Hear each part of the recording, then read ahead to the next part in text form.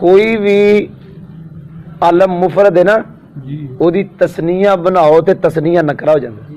زیدون دی تسنیہ کی ہے؟ یہ زیدہ نکرا ہے. زیدون بھی نکرا ہے. یاد ہو گیا دے؟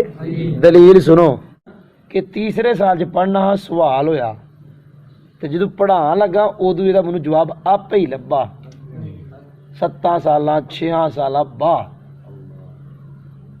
ظاہر سوال ذہن ہے ہی تو جواب لبانا. سوال کسی نے کیا دارا بز زیدن میں الف لام زید پہ نہیں ہے, دارا بز زیدان میں کیوں ہے؟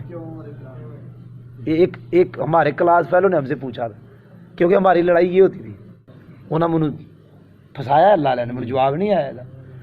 پھر جب ہم نے قافیہ پڑھایا پہلے سال پہ جواب مل گیا کہ زیدن تو پہلے ہی معرفہ ہے, تو جب زیدان کا تو نکرا ہو گیا تو الف لام لگایا اس کو معرفہ بنانے کے. کوئی نہیں سمجھ آئی؟ پتہ چلا جڑا مفرد ہوئے او دی تسنیہ آوے تے تسنیہ نکرا ہوتا ہے. تے الف لام کادے واسطے آیا؟ معرفہ. مفرد علم کی تسنیہ بناؤ جمع بناؤ تو نکرا. یہ دی شرح ادات النحو دی الہامیہ او دی جی طریقہ لکھیا جی.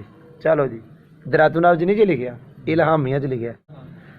کوئی بھی مفرد علم نام اس کی تسنیہ بناؤ تو تسنیہ نکرا ہو جاتا ہے. اور دلیل میں نے دے دی کہ جڑا مفرد علم ہے وہ تے الف لام کیونکہ وہ معرف ہے, تے جڑا تسنیہ وہ تے الف لام ہوندا کہ نہیں ہوندا؟ وہ زیدان کی پڑھ دو از زیدان, کیوں پڑھے الف لام؟ معرفہ بنانے کے لیے.